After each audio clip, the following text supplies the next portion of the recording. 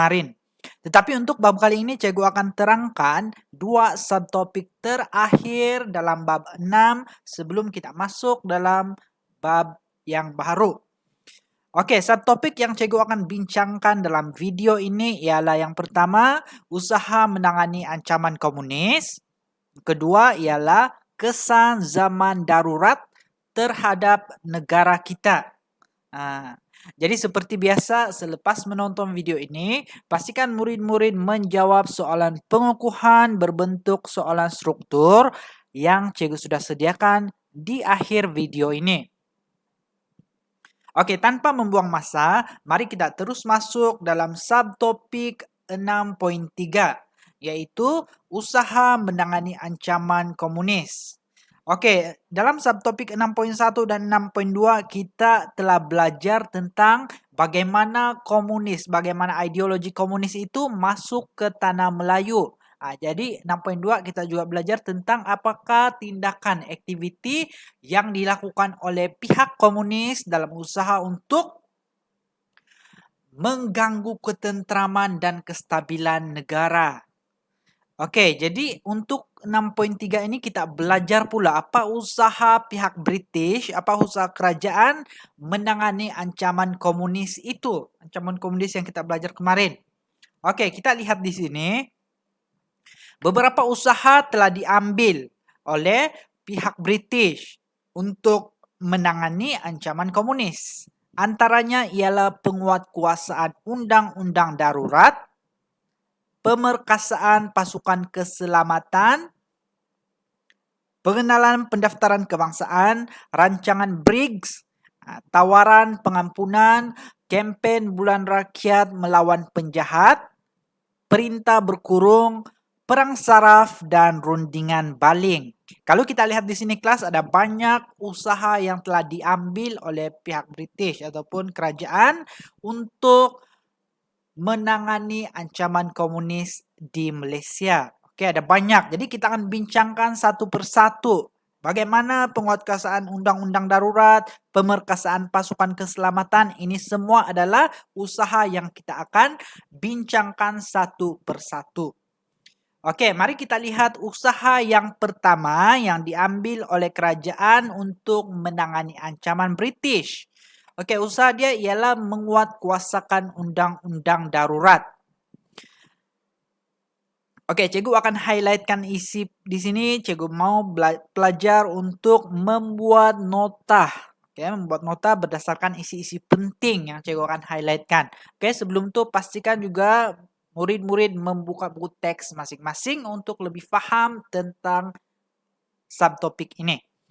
Oke, bagi memastikan undang-undang darurat, bagi menguatkuasakan undang-undang darurat, yang pertama apa yang dilakukan oleh British ialah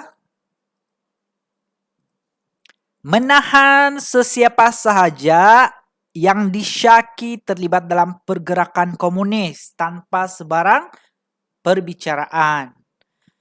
Jadi kalau pihak sesiapa yang disyaki, mereka berhak untuk menangkap individu tersebut tanpa sebarang perbicaraan.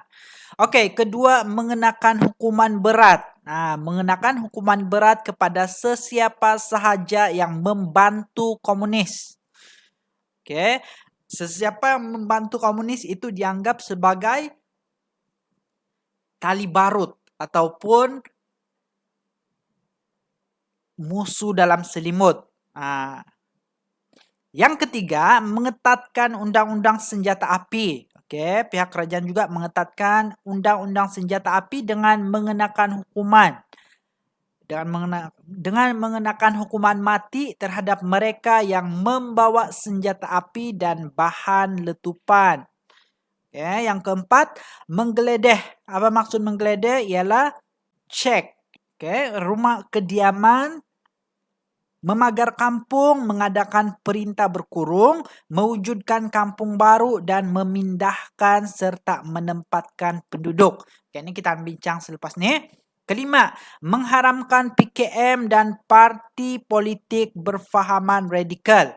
Antaranya termasuklah AWAS, Ikatan Pembela Tanah Air, Pemuda Radikal Melayu, dan juga PKMM, dan Hizbul Muslimin. Semua persatuan radikal diharamkan oleh kerajaan. Okey, keenam, menangkap pemimpin gerakan radikal seperti Ahmad Bostemam, Ishak Haji Muhammad, Abu Bakar Al-Bakir dan juga Khatijah Siddiq. Okey, jadi ini juga antara tindakan kerajaan untuk menguatkuasakan undang-undang darurat. Kenapa kenapa kerajaan mengharamkan parti radikal? Sebab parti radikal ini dia menolak, seperti yang kita belajar sebelum ini, parti radikal ialah parti yang menolak sistem pemerintahan tradisional dan juga menolak penjajahan daripada kuasa barat. Jadi oleh itu, kerajaan pada masa tersebut mereka telah mengharamkan semua parti yang berfahaman radikal ini. Karena mereka takut parti radikal ini dia bekerjasama dengan pihak komunis untuk menggugat ketentraman dan kedaulatan negara. Yang kedua adalah pemerkasaan pasukan keselamatan. Jadi kerajaan juga telah memperbaharui pasukan keselamatan di negara kita. Pasukan keselamatan dia terdiri daripada 3. British memperkasakan pasukan keselamatan tempatan untuk membanteras kegiatan komunis. Jadi ada 3 pasukan yang ditubuhkan oleh British, yaitu yang pertama polis. Polis cawangan khas, special constable, polis hutan, polis wanita, senoi parak ataupun orang perang dan juga auxiliary police. Manakala tentera ada 3 jenis, pasukan askar Melayu, pasukan askar Commonwealth dan juga Sarawak Rangers. Dan yang ketiga ada sukarelawan, yaitu Home Guard. Jadi ini antara pembaharuan, pemerkasaan pasukan keselamatan yang dibuat oleh British untuk menangani ancaman komunis. Yang ketiga kita ada pendaftaran kebangsaan dan kad pengenalan. Ini juga salah satu usaha yang dibuat oleh kerajaan, oleh British.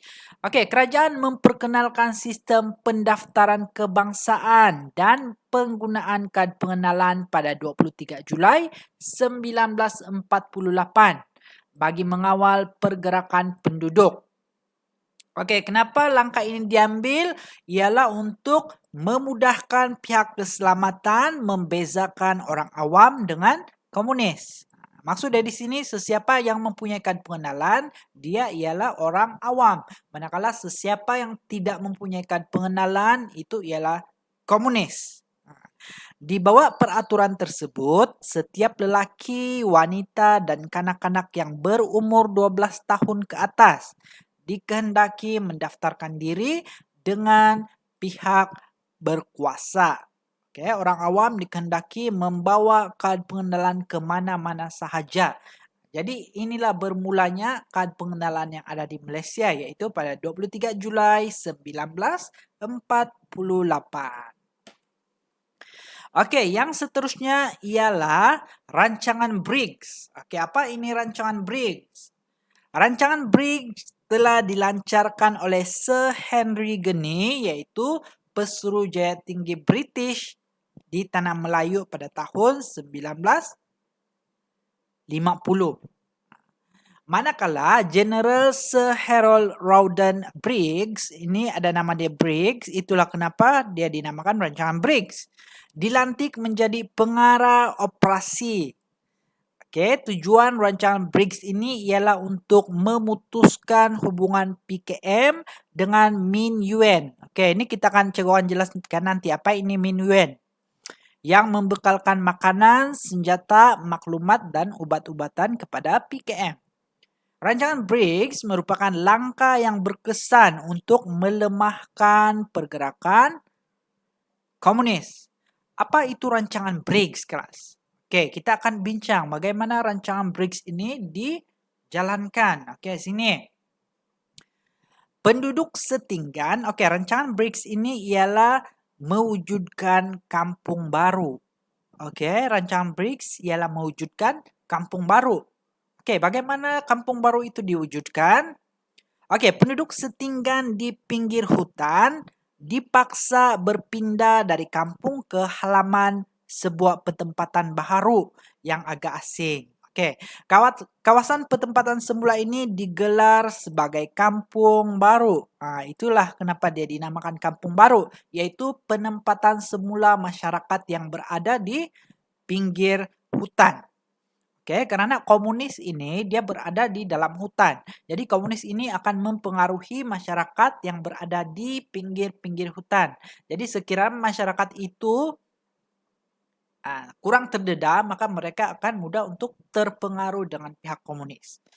Oke, kampung baru dilengkapi. Oke, kampung baru ini serba lengkap sebab dia ada tempat tinggal, bekalan elektrik, air pipe, sekolah, kemudahan kesehatan. Oke, semua ada. Selain itu, penempatan ini mempunyai kemudahan pusat community dan rumah ibadat.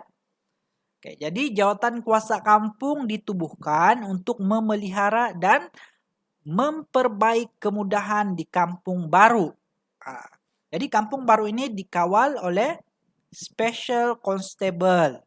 Oke, selain itu, kampung baru ini juga dipagari dengan kawat berduri. Sehingga bulan Mac 1952, lebih daripada 423.000 orang penduduk di pinggir hutan berjaya dipindahkan ke 410 buah kampung baru yang telah dibuat oleh British. Oke, kenapa dia dinamakan rancangan Briggs? Sebab yang membuat rancangan ini ialah Sir Harold Rawdon Briggs. Oke, mari kita lihat apa itu Min Yuen. Oke, apa hubungan PKM dengan Min Yuen? Oke, Min Yuen ataupun organisasi massa telah ditubuhkan untuk mendapatkan bekalan makanan dan wang kepada komunis. Maksudnya di sini Min Yuen ini satu organisasi ataupun pertubuhan yang menyokong komunis. Min Yuen melakukan peras ugut, merompak, menjalankan kegiatan propaganda, melakukan perisikan dan sabotaj. Selain itu, merekrut ahli baharu serta membantu dalam menjalankan kegiatan politik. Min Yuen ini juga beroperasi pada sebelah malam dan bergerak dalam kalangan rakyat tanpa senjata api. Jadi ini menyukarkan pihak British untuk mengenal pasti ahli-ahli dalam organisasi Min Yuen ini. Sebab mereka bergerak dalam kalangan rakyat tanpa menggunakan senjata api. Oke, jadi pelaksanaan kampung baru ini dapat menyekat ataupun memutuskan hubungan PKM dengan Min Yuen. Oke, seterusnya kita lihat tawaran pengampunan. Tawaran pengampunan juga dijalankan oleh kerajaan dalam usaha untuk menangani ancaman komunis. Oke, apa itu tawaran pengampunan? Pada September 1949, Sir Henry Gurney mengisytiharkan pengampunan kepada komunis. Sir Henry Gurney dia bagi pengampunan kepada komunis yang menyerah diri. Oke. Setiap hari Radio Malaya menyiarkan syarat tawaran pengampunan. Oke, selain itu poster juga ditampal di merata-rata tempat. Sebanyak 40 juta risalah dan 12 juta pas pengampunan diedarkan dalam bahasa Cina, Melayu dan Tamil. Sebab komunis ini dia bukan satu bahasa saja. Komunis ini dia terdiri daripada Melayu, Cina, India. Jadi British telah membuat risalah yang mempunyai pelbagai bahasa untuk memudahkan komunis faham tentang tawaran pengampunan ini. Penyebaran risalah dilakukan dalam pelbagai cara, termasuklah melalui pengangkutan udara. Iklan dan wayang gambar juga digunakan untuk membantu penduduk memujuk anggota komunis supaya menyerah diri. Itu ialah tentang tawaran pengampunan. Seterusnya,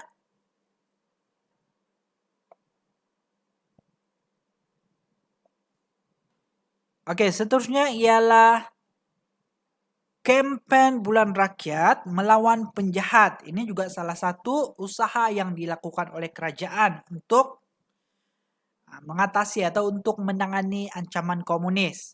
Okey, pada 22 Disember 1949, Majlis Perundangan Persekutuan mengisytiharkan Bulan Rakyat Melawan Penjahat, di mana penduduk berbilang kaum, tidak kiralah Melayu, Cina, India, Bumiputra, supaya mendaftarkan diri secara sukarela dengan pihak berkuasa. Menjelang bulan Mac 1950, jumlah sukarelawan telah mencecah ke angka 435.905 orang. Sukarelawan ini terdiri daripada penduduk lelaki dan wanita daripada pelbagai sektor, termasuklah golongan profesional. Di mana kempen tersebut berjaya melibatkan rakyat berbilang kaum dan bekerjasama menentang komunis. Ini juga salah satu pendekatan kepada perpaduan kaum menentang komunis.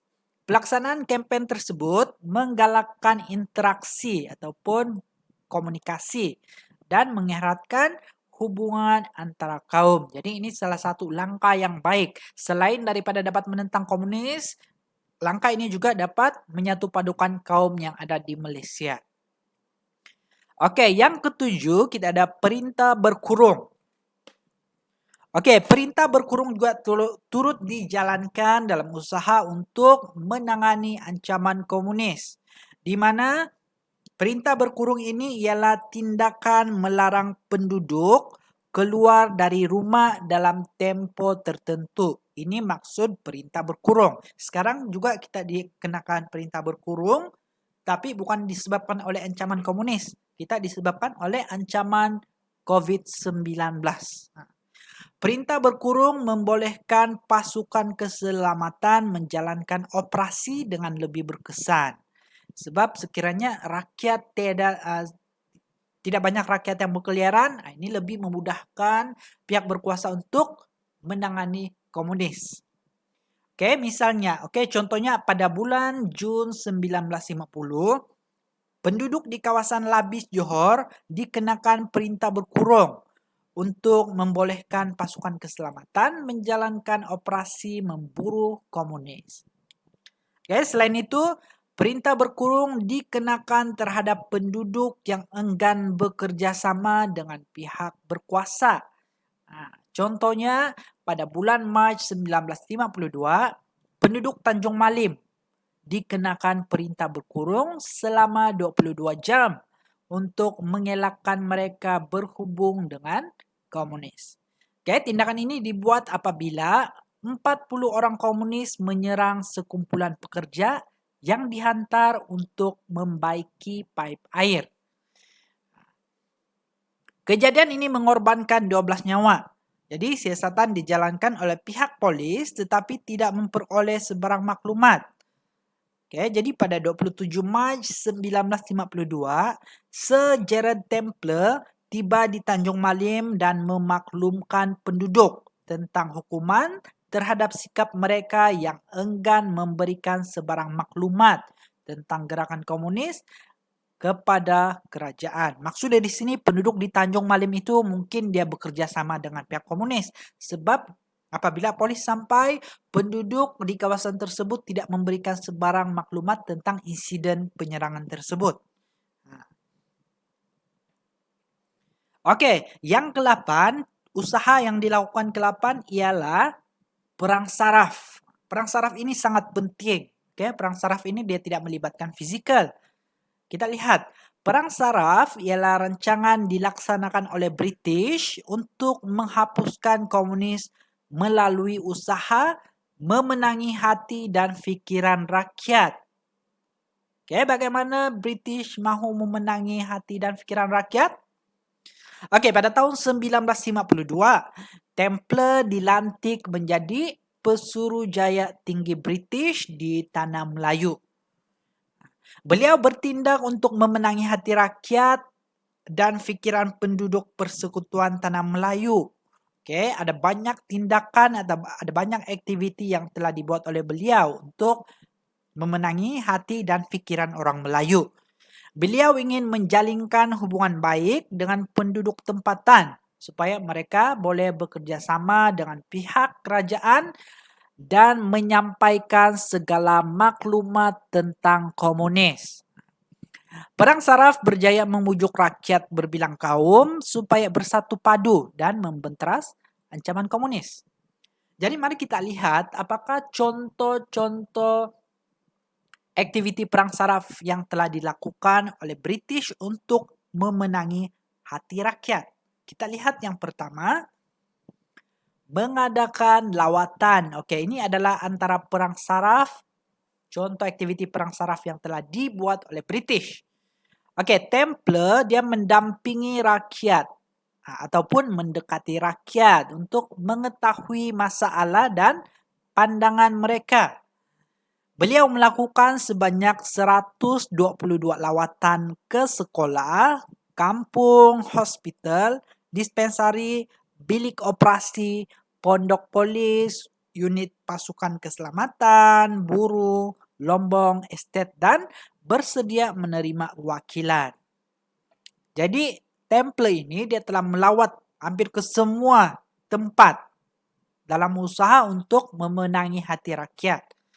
Oke, setiap lawatan mengambil masa 2 hingga 3 hari. Seterusnya diiringi oleh istri beliau melakukan 20 lawatan ke kampung baru dan kampung Melayu.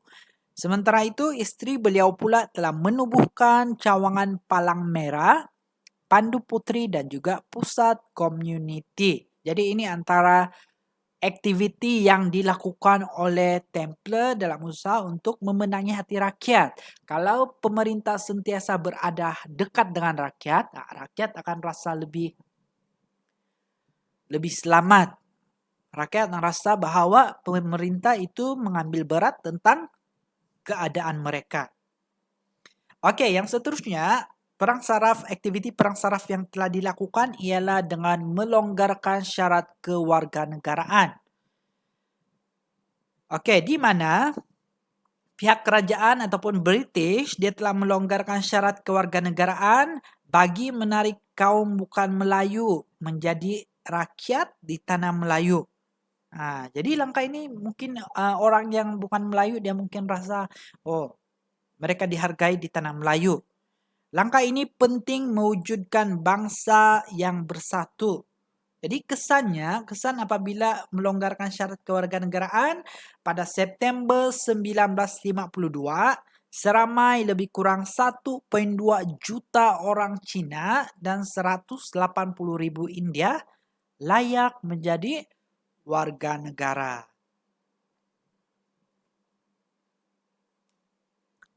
Oke, seterusnya mengadakan pilihan raya Majlis Perbandaran Kuala Lumpur.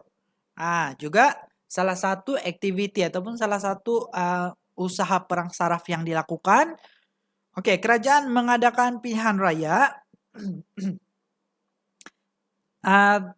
Kerajaan mengadakan pilihan raya tempatan pertama yang bertujuan menggalakkan penyertaan orang bukan Melayu dalam politik dan mendapatkan sokongan untuk menentang komunis. Jadi maksud dia dalam pilihan raya juga pihak British, Templar juga melibatkan masyarakat bukan Melayu untuk menyertai dalam bidang politik. Tujuan dia ialah supaya semua masyarakat berbilang kaum ini bersatu untuk menentang komunis. Oke, seterusnya menawarkan hadiah uang tunai. Ini juga salah satu langkah perang saraf yang dibuat. Hadiah uang tunai turut ditawarkan kepada penduduk yang dapat menangkap atau memberikan maklumat tentang gerila komunis. Oke, maksud gerila komunis ini ialah perang yang dilakukan komunis secara gerila ataupun secara dorang dari hutan, dorang akan serang secara tiba-tiba dan akan balik semula ke hutan. Itu ialah serangan gerila. Contohnya, sesiapa yang berjaya menangkap Chin Peng Okey, untuk pengetahuan murid-murid, Chin Peng ialah ketua komunis di Tanah Melayu. Pemimpin PKM sama ada hidup atau mati diberikan hadiah sebanyak $250. Seterusnya, aktiviti untuk perang saraf ini ialah memenangi kepercayaan orang asli. Di mana Templar berusaha untuk memenangi kepercayaan orang asli supaya mereka menyokong kerajaan dalam usaha menghapuskan komunis. Beliau telah mendirikan 14 kubu untuk mendapatkan sokongan orang asli. Di mana kubu ini menyediakan kemudahan barangan seperti keperluan harian, perubatan, pendidikan, dan pelindungan. Jadi semua aktiviti yang dibuat oleh British dalam perang saraf ini ialah untuk membuatkan rakyat rasa selamat, rakyat rasa diambil berat.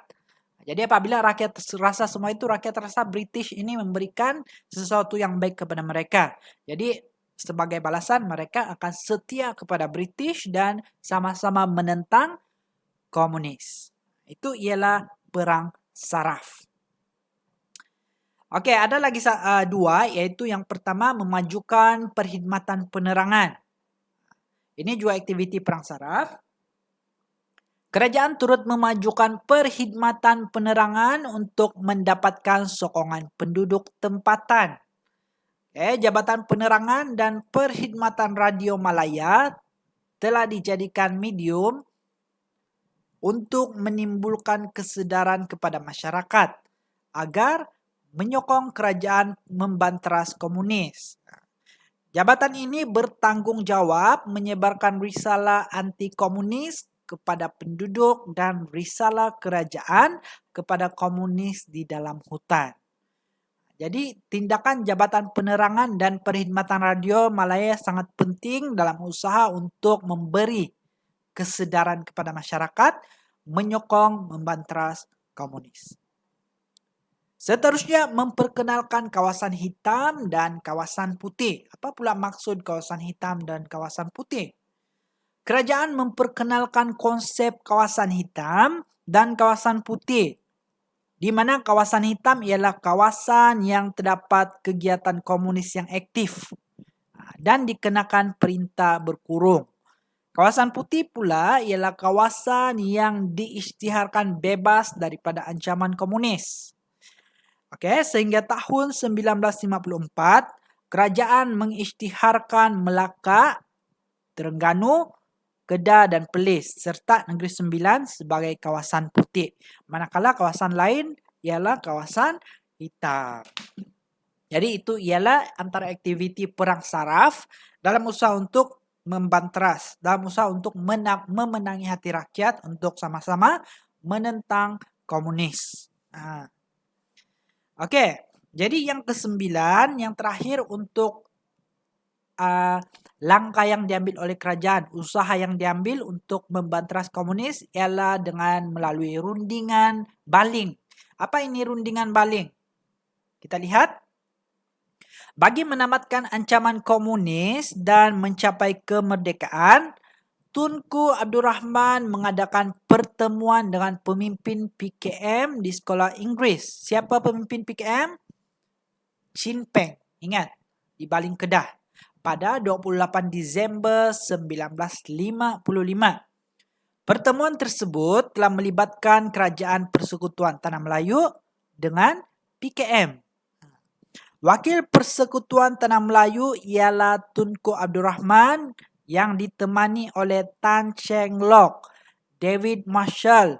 Sementara PKM diwakili oleh Chin Peng. Ini ialah ketua PKM di Tanah Melayu. Chin Ten dan juga Rashid Maidin. Tunku Abdul Rahman meminta Chin Peng membubarkan PKM, meletakkan senjata dan menyerah diri. Di mana Chin Peng pula menetapkan syarat, yaitu peletakan senjata dan penyerahan diri akan dibuat seandainya ataupun sekiranya kerajaan bersetuju mengakui PKM sebagai sebuah parti politik yang sah. Tunku Abdul Rahman enggan menerima syarat tersebut. Oleh itu, rundingan tersebut telah menemui kegagalan. Ingat, rundingan baling ialah rundingan antara pemimpin Persekutuan Tanah Melayu dan juga pemimpin PKM. Tetapi rundingan baling ini gagal sebab syarat yang diminta oleh Chin Peng yaitu untuk kerajaan sahkan pertubuhan PKM ini tidak ditunaikan. Jadi murid-murid fikirlah sekiranya pertubuhan politik PKM ini disahkan oleh kerajaan, apa yang akan berlaku pada hari ini. Oke. Seterusnya kita lihat pula subtopik 6.4. Kesan zaman darurat terhadap negara kita. Tadi ada 9 usaha yang telah dibuat oleh kerajaan untuk menangani komunis. Ingat ada 9 cara. Jadi pelajar at least mesti ingat 5 daripada 9 cara kerajaan untuk menangani ancaman komunis di negara kita. Jadi sekarang kita lihat apa pula kesan zaman darurat. Zaman darurat ini bermula apabila komunis membunuh orang British. Jadi British telah mengumumkan darurat di Tanah Melayu. Oke, kita lihat kesan. Kesan dia terbagi kepada 2 kesan. Kesan dari segi aspek politik, yaitu peningkatan jumlah warga negara, penubuhan Malayan Chinese Association, dan juga mempercepat kemerdekaan. Ini ialah kesan daripada zaman darurat, kesan dari aspek politik. Yang kedua kita lihat kesan dari aspek sosial dan ekonomi. Antaranya ialah meningkatkan kos perbelanjaan, menyebabkan penderitaan dan kesengsaraan kepada rakyat, dan juga merenggangkan hubungan kaum. Jadi kita akan lihat satu persatu. Yang pertama ialah aspek politik, meningkatkan jumlah warga negara. Tadi kita ada belajar tentang British melonggarkan syarat kewarganegaraan dalam Perang Saraf. Kerajaan telah melonggarkan syarat kewarganegaraan pada tahun 1952. Oleh itu, orang Cina seramai 1,2 juta orang dan 180,000 orang India berjaya menjadi warga negara Persekutuan Tanah Melayu. Kelonggaran syarat ini menunjukkan pengorbanan orang Melayu terhadap kaum lain bagi mewujudkan perpaduan rakyat. Yang kedua, penubuhan Malayan Chinese Association. Darurat telah mendorong Sir Henry Geni mengambil langkah menawan hati penduduk Cina ke arah penubuhan parti politik berorientasikan tempatan. Hasilnya Tan Cheng Lock membentuk Malayan Chinese Association iaitu MCA di Kuala Lumpur pada 27 Februari 1949. Penubuhan MCA telah meyakinkan British bahawa bukan semua orang Cina menyokong komunis. Untuk pengetahuan murid-murid semua, majoriti ahli dalam PKM itu ialah masyarakat Cina. Tapi sebab kita tahu bahawa PKM ini telah mendapat pengaruh daripada negara Cina. PKI juga turut mempengaruhi. Dorang cuba masuk tetapi tidak dapat. Penubuhan MCA, MCA juga bersedia berganding bahu dengan kerajaan memerangi hati komunis. Sehingga bulan Februari 1953, MCA mempunyai 250,000 orang ahli, di mana MCA membantu kerajaan dari segi keuangan dan menempatkan 500,000 penduduk ke kampung baru. Selain itu, MCA juga menjalankan kutipan derma melalui jualan loteri kebajikan. Kutipan jualan loteri tersebut didermakan kepada penduduk di kampung baru. Sehingga pertengahan tahun 1953. Okey, MCA berjaya mengumpulkan sejumlah 2.5 juta dolar bagi memperbaiki kehidupan penduduk Cina di Kampung Baru. Okey, itu ialah tentang penubuhan Malayan Chinese Association. Okey, yang ketiga tentang mempercepat kemerdekaan. Okey, British sedar pihaknya tidak boleh menamatkan darurat melalui strategi ketenteraan semata-mata. Darurat menjadi faktor yang mendorong British bersedia untuk mempercepat kemerdekaan Persekutuan Tanah Melayu. Maksud dia British akan menyerahkan semula pentadbiran kepada Persekutuan Tanah Melayu, orang tempatan, pentadbir tempatan. Penubuhan jawatan kuasa hubungan antara kaum ataupun CLC meningkatkan kesedaran politik dalam kalangan pemimpin kaum bahawa mereka boleh berkongsi kepentingan dan hala tuju yang sama melalui penubuhan parti perikatan. Okay, di mana parti perikatan ini dianggotai oleh UMNO, iaitu Parti Orang Melayu, MCA Parti Orang Cina, dan MIC Parti Orang India. Semua parti politik ini bergabung menjadi Parti Perikatan. Kemenangan Parti Perikatan dalam pilihan raya umum 1955 telah memberikan keyakinan kepada British bahawa Persekutuan Tanah Melayu dapat menewaskan komunis melalui perpaduan penduduk yang berbilang kaum. Jadi dalam usaha inilah British memberikan kemerdekaan kepada Persekutuan Tanah Melayu. Jadi dengan ini PKM tidak mempunyai alasan untuk meneruskan perjuangan mereka. Okay, jadi kita lihat, kita sudah nampak dari kesan dari aspek mempercepat kemerdekaan.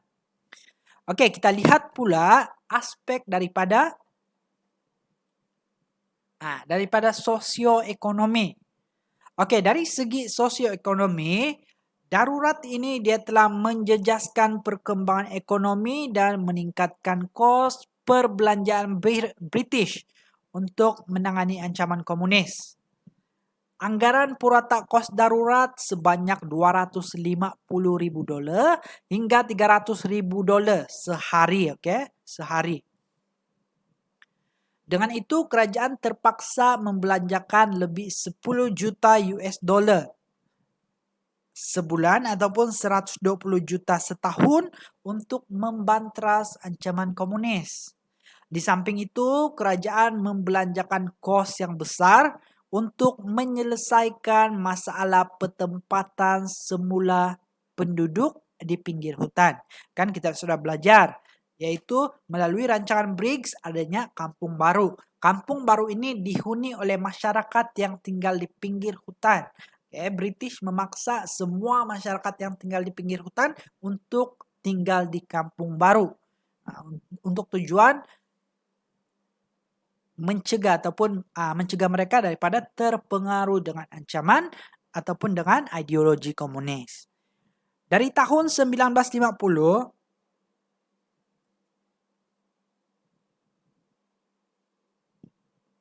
hingga tahun 1953, perbelanjaan kerajaan dianggarkan lebih 7 juta untuk pembangunan di Kampung Baharu. Kita lihat di sinilah kos yang sangat besar untuk menamatkan atau untuk menangani ancaman komunis ini. Okey, yang seterusnya menyebabkan penderitaan dan kesengsaraan rakyat. Okey, darurat ini juga telah menyebabkan penderitaan rakyat. Okey, kawasan ladang dan lombong menjadi sasaran serangan komunis, menyebabkan kegiatan ekonomi negara terjejas. Pengeluaran tanaman padi dan makanan lain semakin berkurangan. Jadi akhirnya harga barangan dan keperluan harian melambung tinggi. Sementara itu, peniaga, pekedai, pengusaha kebun, peladang dan pelombong mengalami kesukaran kerana mereka merupakan sasaran peras ugut komunis bagi mendapatkan wang dan bekalan makanan. Kegagalan memenuhi tuntutan komunis menyebabkan kemusnahan pada Lombong, ladang dan kedai serta mengancam nyawa. Murid-murid bayangkan betapa jahatnya pihak komunis ini. Penduduk juga menghadapi kesukaran untuk bergerak dan memperoleh bekalan keperluan kerana terpaksa mematuhi pelbagai peraturan yang dikenakan oleh kerajaan. Sebab pada masa itu ialah zaman darurat. Akibatnya penduduk tidak dapat menjalankan kegiatan harian. Ramai pekebun dan pekerja Lombong tidak dapat bekerja kerana perintah berkurung dikenakan kepada mereka. Selain itu, catuan bekalan makanan turut dibuat yang telah menyebabkan mereka bergantung pada makanan.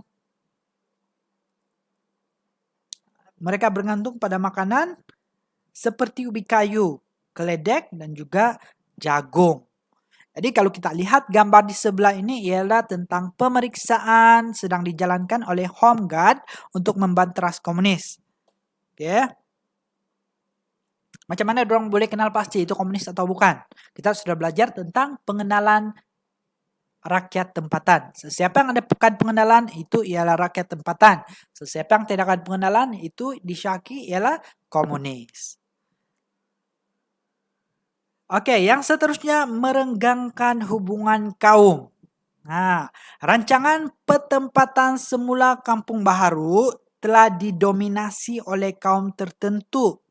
Kaum Cina dikumpulkan di kawasan petempatan yang sama, manakala kaum lain di petempatan lain.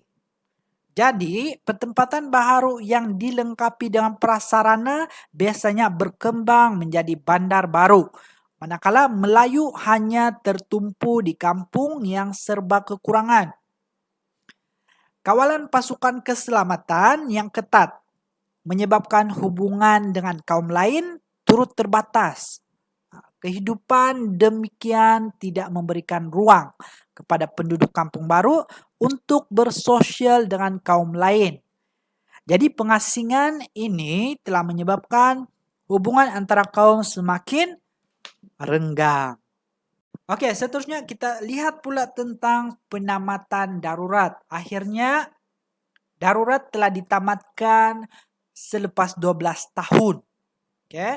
Darurat telah menyebabkan banyak nyawa terkorban, kemusnahan harta benda dan membawa kesengsaraan kepada rakyat. Penamatan zaman darurat di seluruh negara telah berkuat kuasa pada 31 Julai 1960. Ini ialah selepas kemerdekaan barulah darurat ditamatkan. Dengan itu berakhirlah zaman darurat, yang berlangsung selama 12 tahun. Ingat, negara kita pernah mengalami zaman darurat yang sangat panjang. Kalau zaman sekarang COVID-19 ini dia tidak terlalu strict. Kita mungkin rasa tentang kesannya, tetapi dia tidak seteruk kesan yang dialami oleh nenek moyang kita 12 tahun yang lalu. Darurat meninggalkan kesan dari aspek politik dan sosioekonomi. Darurat juga menyebabkan rakyat hidup dalam penderitaan. Tempoh darurat selama 12 tahun telah menyebabkan kesengsaraan dan kesulitan kepada penduduk tempatan. Tindakan komunis memusnahkan kemudahan asas serta menyerang penduduk dan anggota keselamatan telah menyebabkan keadaan huru-hara di negara kita. Jadi pelbagai usaha telah dilakukan oleh kerajaan untuk membanteras komunis dan mengembalikan keamanan. Jadi bagi menghargai keamanan yang dikecapi, apa yang kita perlu pelajari ialah kita perlulah bersama-sama berganding bahu dalam usaha untuk mempertahankan negara daripada musuh. Jadi itu sahaja untuk subtopik 6.3 dan 6.4 dalam bab 6 ini, maka kita sudah habis belajar untuk bab 6. Jadi seperti yang coba kita tahu tadi, di akhir video ini Cikgu sudah sediakan satu soalan pengukuhan, yaitu berfokuskan kepada perang saraf. Oke, soalan pengukuhan ini ialah berbentuk struktur dan Cikgu mau murid-murid jawab soalan struktur menggunakan format jawaban SPM sebenar. Oke, jadi itu saja untuk video kali ini. Jadi untuk video akan datang kita akan belajar pula dengan bab yang baru. Oke, sekian dan terima kasih.